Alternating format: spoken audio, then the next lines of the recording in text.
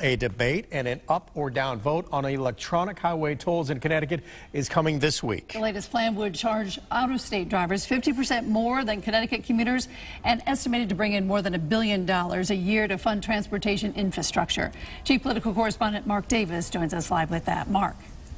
Here goes the ride. Hi, Ann and Scott. Good evening, everyone from the Hartford newsroom. This latest electronic tolls proposal would apparently raise so much money.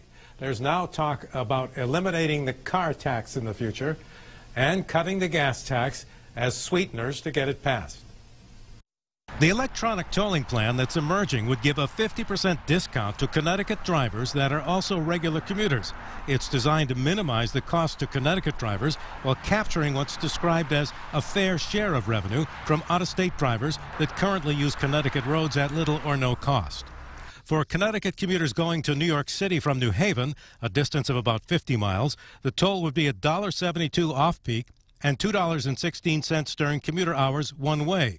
Out-of-staters would pay about twice as much. A motorist commuting from Wallingford to New Haven, a distance of about 12 miles, the toll would be 44 cents off-peak, 53 cents during peak commuter hours. A commuter going from Southington to Hartford, a distance of about 22 miles, the toll would be 77 cents off-peak, 97 cents during peak travel times.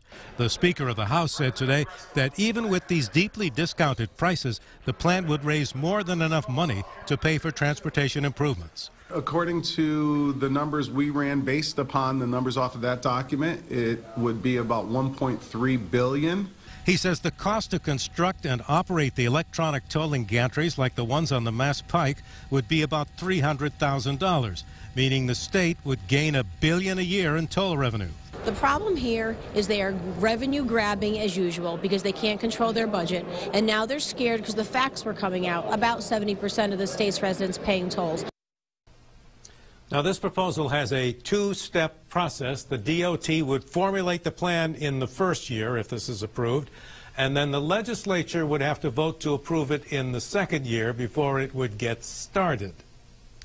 Now, if it does generate as much as they believe, then the Department of Revenue Services, the state tax department, would be instructed to start lowering the gas tax a penny every year for 5 years. Live from the Hartford newsroom, Mark Davis, News 8.